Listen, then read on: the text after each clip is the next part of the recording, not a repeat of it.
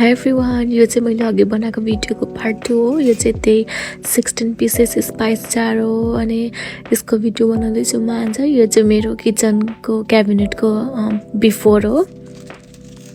अब म यहाँ मेरो स्पाइसेसहरू हाल्दैछु।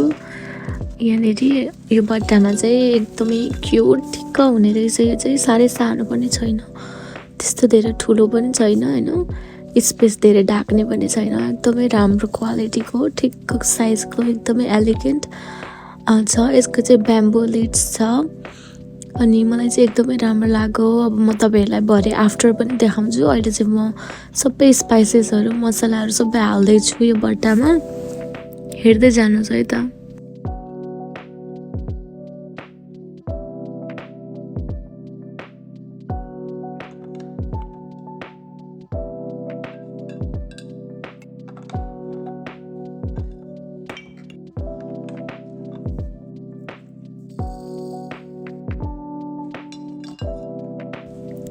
मैले यहाँनिर चाहिँ अब सबै मसलाहरू अलमोस्ट हालिसकिसकेँ जारमा।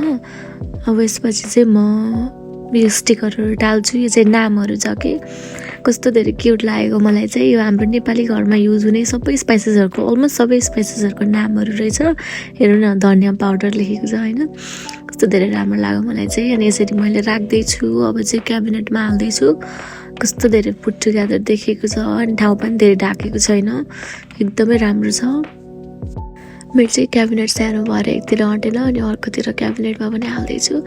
अहिले फाइनल म यो सबै हालिसकेर आफ्टर पनि देखाउँछु, हेर्नु सक्नुहुन्छ कस्तो धेरै राम्रो देखिएको छ।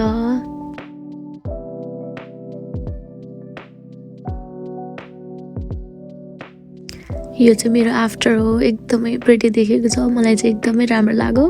तपाईँहरूलाई पनि यसरी नै अर्गनाइज गरेर राख्नु मन छ भने चाहिँ लिन सक्नुहुन्छ। लिङ्क राखिदिन्छु तल। बाई।